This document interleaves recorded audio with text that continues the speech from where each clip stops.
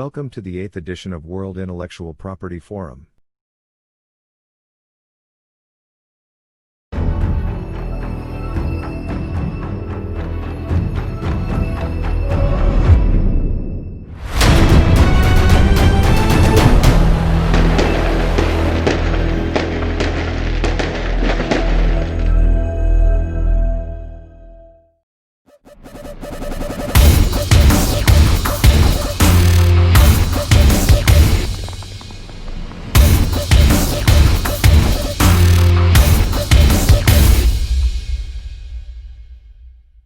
Hello everyone, I'm Vaibhav Dadvi.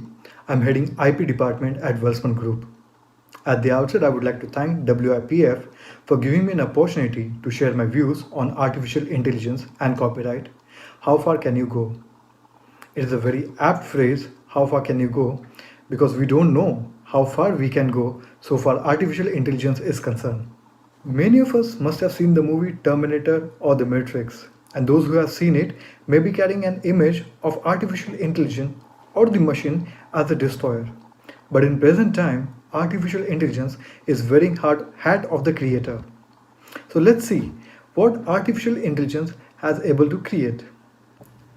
Robbie Barat, a 17-year-old boy from West Virginia. He was a member of programming club at his high school, and he believed that artificial intelligence could outperform humans.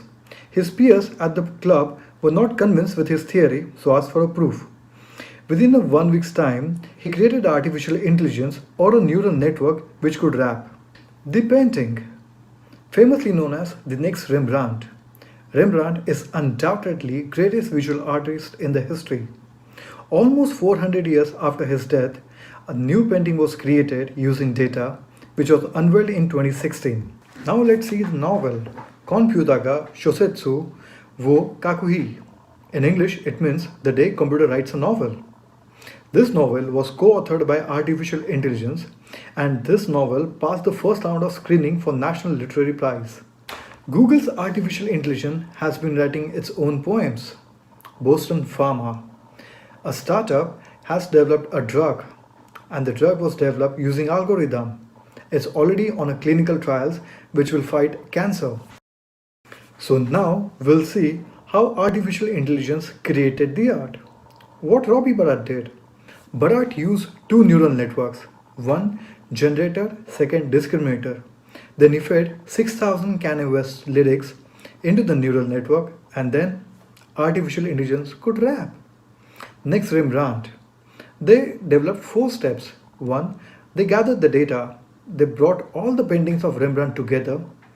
Then they identified the subject, what is to be drawn. Third, they generated the features of the subject.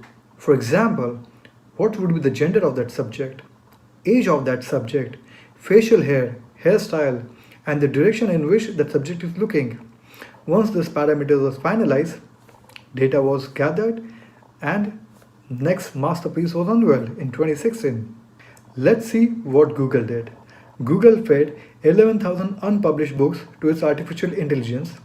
It selected 2 sentences from each book. There was a poem.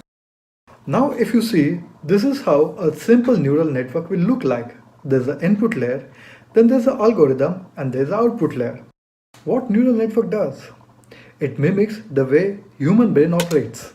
For the purpose of understanding, we'll narrow down 3 factors which are responsible for creation of art by artificial intelligence. Or the first one, AI artist who created the neural network. Then either same or different artificial intelligence artist who input or fed the data into that neural network. Third, a computer program which does all the work and creates the art without any human intervention. I hope the audience now understand what AI has created, how it has created, and the factors responsible for creating the art. Now, let us analyze whether present legal framework protects the art created by artificial intelligence or not. Laws are basically will of the people, created by the people for the people. Now let us understand what would constitute the protection. Any human action coupled with non-human tool falls within the purview of the law. For example, I click a picture using camera as a tool, then that picture would be protected under the copyright law. In such a situation, I became the author as well as the owner of that picture, unless someone is already paying me to create or click that picture. So the question is now, who will be the author of AI created art? A person who created neural network, or a person who fed the data into the neural network, or the machine who executed the data and then generated the art? A person who created neural network. To understand this, let's take an example. Assuming I wrote a novel on a Microsoft Word, then the person who invented Microsoft Word, he will be the author or I will be the author. Answer is simple. And if you apply similar analogy, then artist who created neural network will not be an author in this situation. A person who fed the data. I don't think so. We also have to dwell into this point. A person who is feeding data, who is not even author of that data, he cannot be author of the art created by artificial intelligence. Then the last one, machines. If machines were humans, probably they would be the author, but they are not humans. So let's take an example. If I write a source code, that source code would be copyrighted under the literary work. But any work executed by source code or art created by that source code will not have any protection under the copyright law.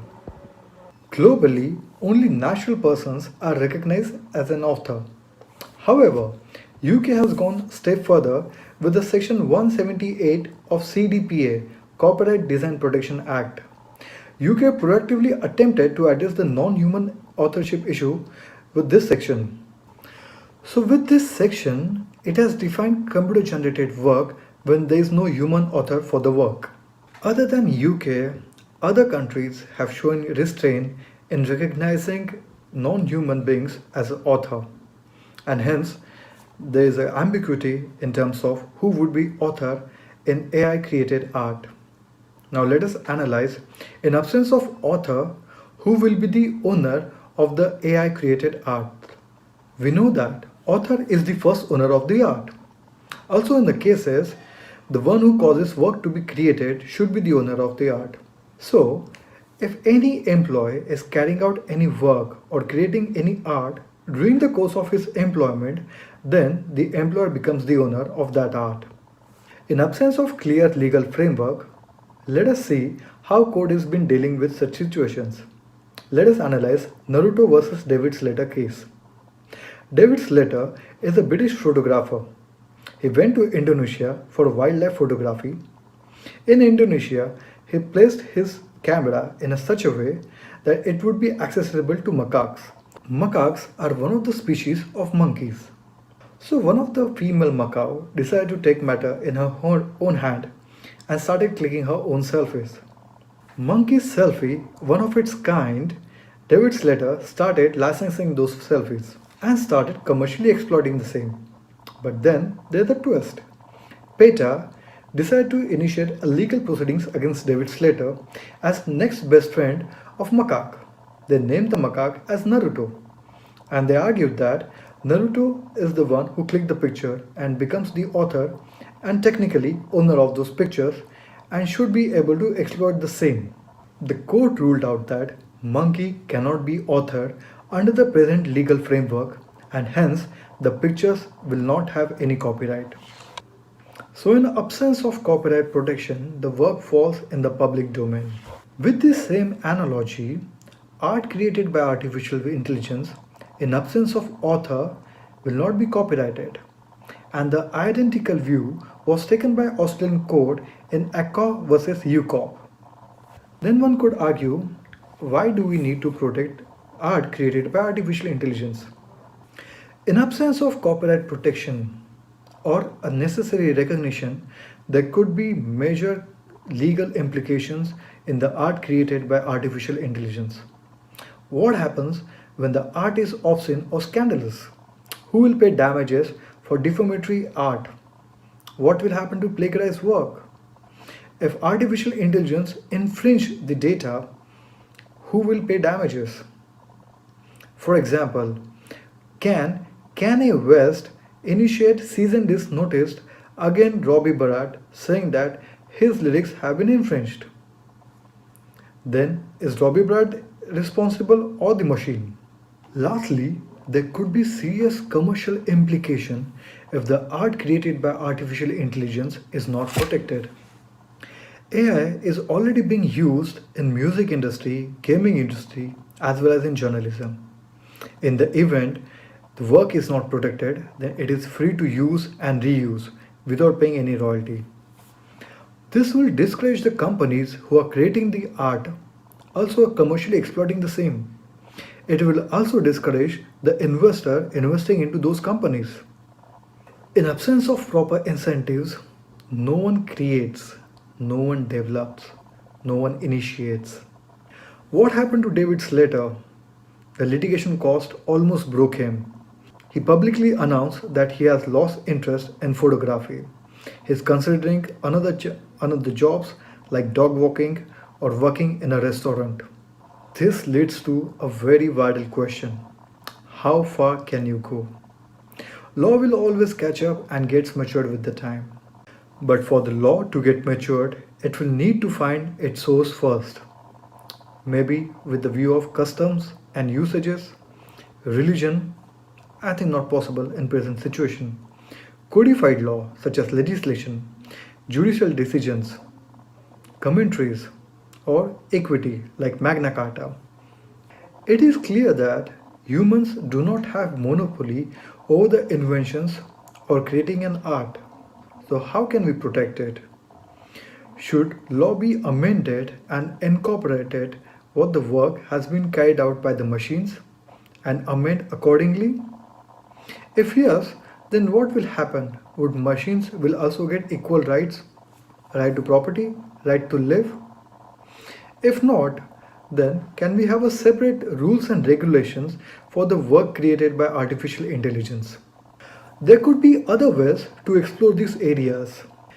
Having said that, the legislator should be mindful at the time of protecting artificial intelligence created art, they should not disturb the present legal framework. With this, I would like to conclude my presentation and my topic. If you're watching this, you've been very kind and patient enough to hear me out. Thank you.